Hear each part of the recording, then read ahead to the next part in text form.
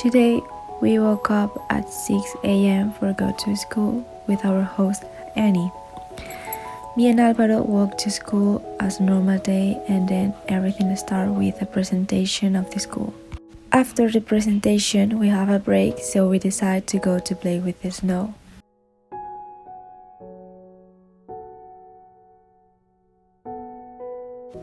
After the break, the students of the school decide to give us a tour around the school. When the school tour finished, we went to have lunch.